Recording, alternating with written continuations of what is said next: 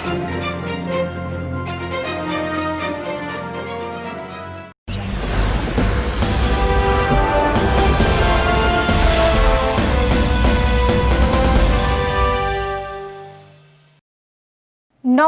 TV news 10-এ আপনাদেরকে স্বাগত। সঙ্গে আমি অর্পিতা।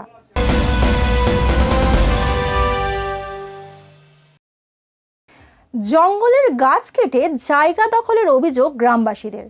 বহিরাগতরা এসে অবৈধভাবে জমি দখল করে বসতি গড়ে তুলছে।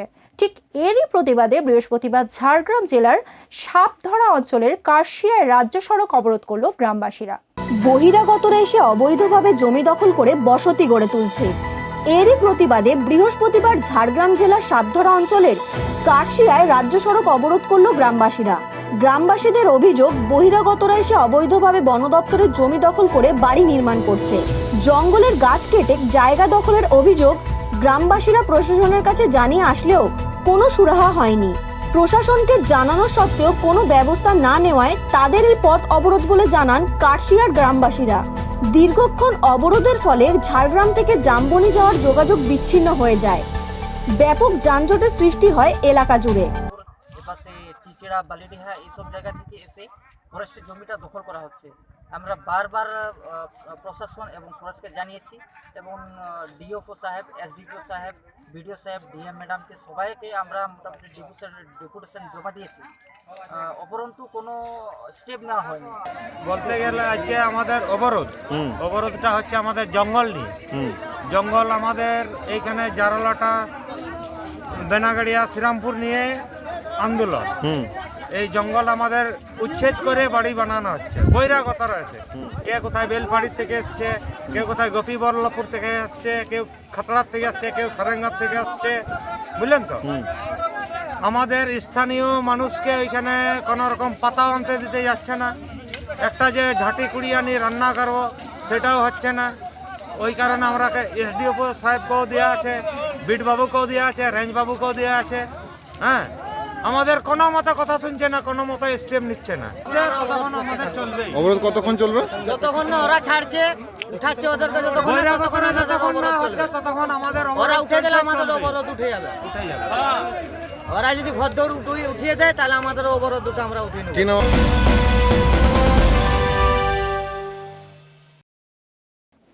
বন্যপ্রাণীদের দেখতে বাচ্চা থেকে বয়স্ক সবাই আসে এই জুতে। পুরুলিয়া শহর থেকে 4 কিলোমিটার দূরে বন বিভাগের উদ্যোগে সুরুলিয়াতে গড়ে ওঠা মিনি জু আজ খাঁ খাঁ করছে করোনার প্রভাবে।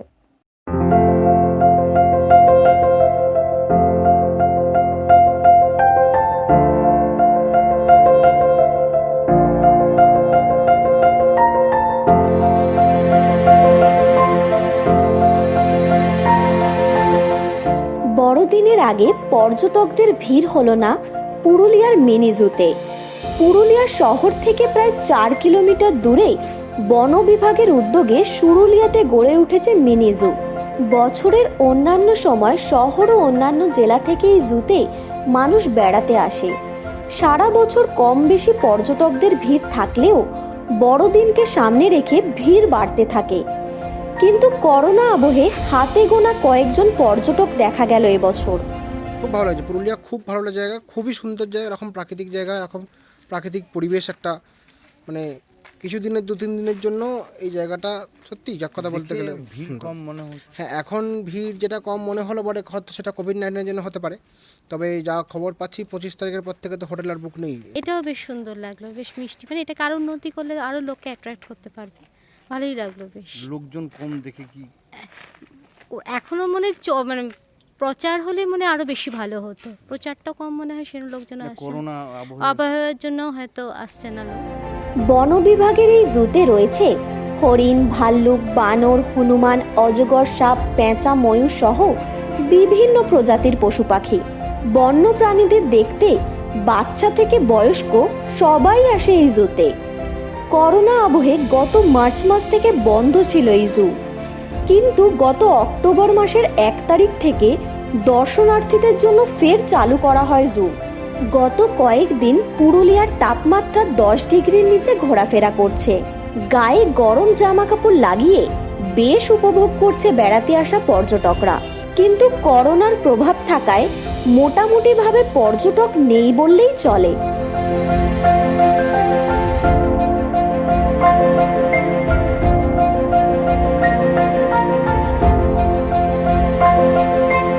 বলবো অসাধারণ অভিজ্ঞতা। আরও লোককে বেশি করে মানে পুরুলিয়া আসা উচিত। কিন্তু আপনি বারে বারে যেটা বলছেন যে সত্যি সে আমার যেটা মনে হয় একটা হলো লোকজন কম পেলাম, এটা করোনা আবহাওয়ার জন্যই হয়তো বা লোকে আতঙ্ক এখনও কাটিয়ে উঠতে পারিনি।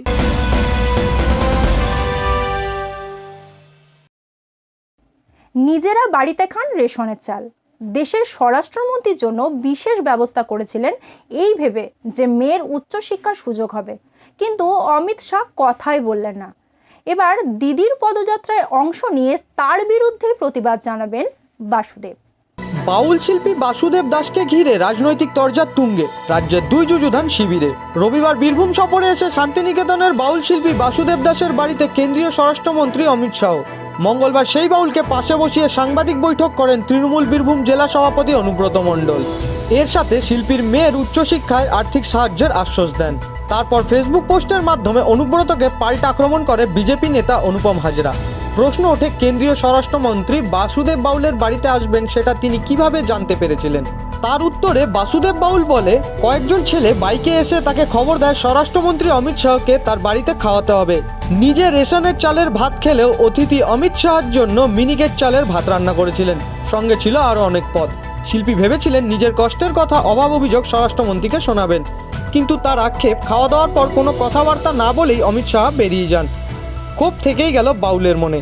29 তারিখ মমতা বন্দ্যোপাধ্যায়ের বীরভূম সফরে পদযাত্রায় অংশ নেওয়ার জন্য আমন্ত্রণ পেয়ে তিনি আপ্লুত।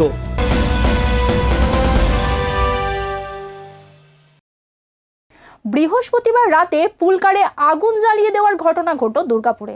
ঘটনাটি ঘটেছে দুর্গাপুর নগর নিগমের 15 নম্বর ওয়ার্ডের শিবম পার্ক এলাকায়। আগুনে ভস্মীভূত হয়ে যায় পুলকারটি। বৃহস্পতিবার রাতে পুলকারে আগুন জ্বালিয়ে দেওয়ার ঘটনা ঘটল দুর্গাপুরে। ঘটনাটি ঘটেছে দুর্গাপুর নগর নিগমের 15 নম্বর ওয়ার্ডের শিবম পার্ক এলাকায়। আগুনে ভস্মীভূত হয়ে যায় পুলকারটি। পুলকার মালিক সুখেন রুইদাসের বক্তব্য, কে বা কারা করলো সেটা তিনি বুঝে উঠতে পারছেন না। কিছুদিন আগে মদের আসর নিয়ে বিরোধিতা করার জেরেই দুষ্কৃতীরা এই ঘটনাটি ঘটিয়েছে বলে আশঙ্কা করছেন তিনি। কী করে হলো আমি নিজেই জানি না কী করে হলো। কখন জানতে পারলেন? আমি সকালে উঠে দেখছি এই ব্যাপার। কি দেখলেন সকালে উঠে? সকালে জ্বলে পুড়ে ছায় আর কি বলছি পুলিশ এসেছিল, পুলিশকে জানানো হয়েছে বিষয়টা? হ্যাঁ, পুলিশ এসেছিল, পুলিশ দেখে গেল। কি মনে হচ্ছে, কারা করেছে বলে মনে হচ্ছে? কারা করে হচ্ছে এখন কিছু বুঝতে পারছি না। কোনো শত্রুতার জের এটা? না না, কোনো সঙ্গে, কিন্তু এখানে কিছু মদ খাওয়ার ছেলে আসে, ওইটুকুই জানি যে এদের মধ্যে। কোথায় বসে মদ খায়? ওই যে ওখানে। তারা কি মানে এখানকার ছেলে না বাইরে?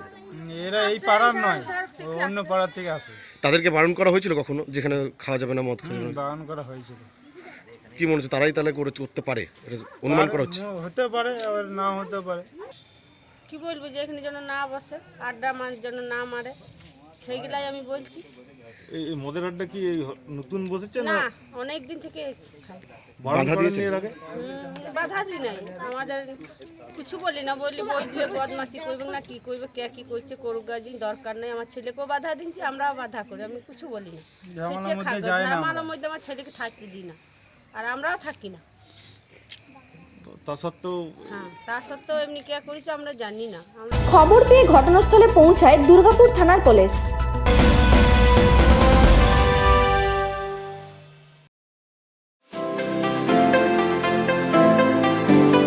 सबसे सस्ता दुकान কি বিশ্বাস হচ্ছে না? सबसे ही सस्ता दुकान। এখানে আসলে আপনি পাবেন সমস্ত ধরনের ওষুধ, তাও আবার বাড়িতে বসেই। ঘরে বসে অনলাইনে বা ফোন ঘোরালেই ডেলিভারি চার্জ ছাড়াই 18 থেকে 20% ডিসকাউন্টে আপনার বাড়িতে যে কোনো ওষুধ পৌঁছে দেবে सबसे सस्ता दुकान। এমনকি ঘরে বসেই পেয়ে যাবেন প্যাথোলজিক্যাল টেস্টেরও সুবিধা। আর দেরি কেন, আজই চলে আসুন স্বপ্নদীপ এন্টারপ্রাইজের सबसे सस्ता दुकाने। আমাদের ঠিকানা सबसे सस्ता दुकान 39 Abanindra Bithi, city centre, Durgapur 16। Phone number 9474451955 9382333412।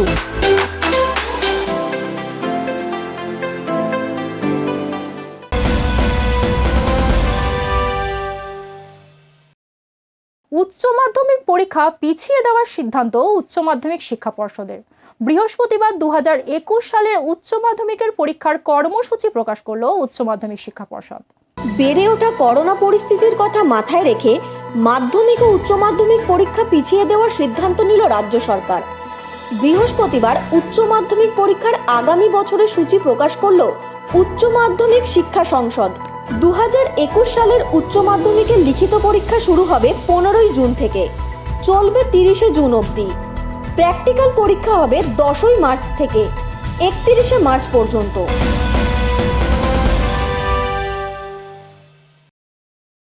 মহারাজের মুকুটে এবার নতুন পালক।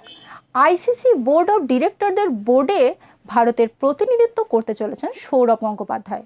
বিশ্বমঞ্চে ভারতের প্রতিনিধিত্ব করছেন বাংলার মহারাজ। আইসিসি বোর্ড অব ডিরেক্টরদের সভামঞ্চে বাংলার মহারাজ সৌরভ গঙ্গোপাধ্যায়। ভারতীয় ক্রিকেট বোর্ড মসনদের মতোই বিশ্বমঞ্চে ক্রিকেটের সর্বোচ্চ নিয়ামক সংস্থাতেও ভারতের প্রতিনিধিত্ব করতে চলেছেন বাঙালির গর্ব সৌরভ গঙ্গোপাধ্যায়। বৃহস্পতিবার বিসিসিআই এর বার্ষিক বৈঠকে এই সিদ্ধান্ত নেওয়া হয়। সর্বসম্মতিক্রমে সিদ্ধান্ত হয় আইসিসি বোর্ড অব ডিরেক্টরদের সভামঞ্চে ভারতের হয়ে প্রতিনিধিত্ব করবেন বিসিসিআই এর শীর্ষ নেতৃত্ব।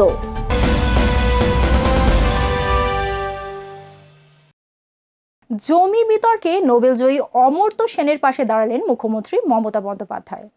কেন্দ্রের বিভিন্ন আর্থিক সিদ্ধান্তের বিরোধিতা করায় নোবেল জয়ীর প্রতি বিদ্বেষমূলক আচরণ করছে বিজেপি, এমনই অভিযোগ মমতা বন্দ্যোপাধ্যায়ের। ভাই অমর্ত্যদাকে আমি সম্মান করি, আমি নই, সারা বিশ্ব সম্মান করে। বাংলার প্রতিটা ঘরের মানুষ ওনাকে নিয়ে গৌরব বোধ করেন। তিনি আমাদের নোবেল প্রাইজ এনে দিয়েছেন, বাংলার গর্বকে বিশ্ব শিখরে নিয়ে গেছেন। রবীন্দ্রনাথ ঠাকুর, অমর্ত্য সেন, অভিজিৎ বিনায়ক, মাদার টেরিজা থেকে শুরু করে সমস্তগুলো, আরও অনেক আছে, আপনারা জানেন। আপনারা কি বিশ্বাস করেন যে অমর্ত্য সেনের এমন কোনোদিনও হবে যে অমর্ত্য সেন গিয়ে শান্তিনিকেতনের দখল করে বাড়িতে বসবেন?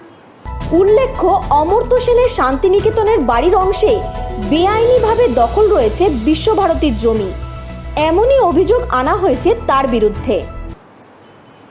এই যারা বলছে তারা কোথায় ছিলেন এতদিন? তারা বাংলাটাকে কতটুকু জানেন, কতটুকু চেনেন? অমর্ত্য সেনের মতো মানুষকে অসম্মান করার অধিকার ওদের নেই। যেহেতু অমর্ত্য সেন নিজে একটু বিজেপির বিরুদ্ধে ইডিওলজিক্যালি, তাই তার বিরুদ্ধে তিনি বাড়ি দখল করেছেন, তিনি হকার বসিয়েছেন, তার প্রতিটি বাড়ি নিয়ে যা ইচ্ছে তাই বলে যাবে, এটা বাংলার মানুষ কিন্তু সহ্য করবে না। এটা বাংলায় শুধু অমর্ত্যদার অসম্মান নয়, আমাদের সবার অসম্মান।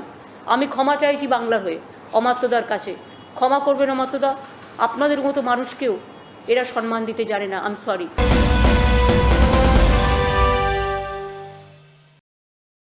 এখনকার মতন খবর এই পর্যন্ত। পরের খবরের জন্য চোখ রাখুন টিভি নিউজ 10 এর পর্দায়। নমস্কার।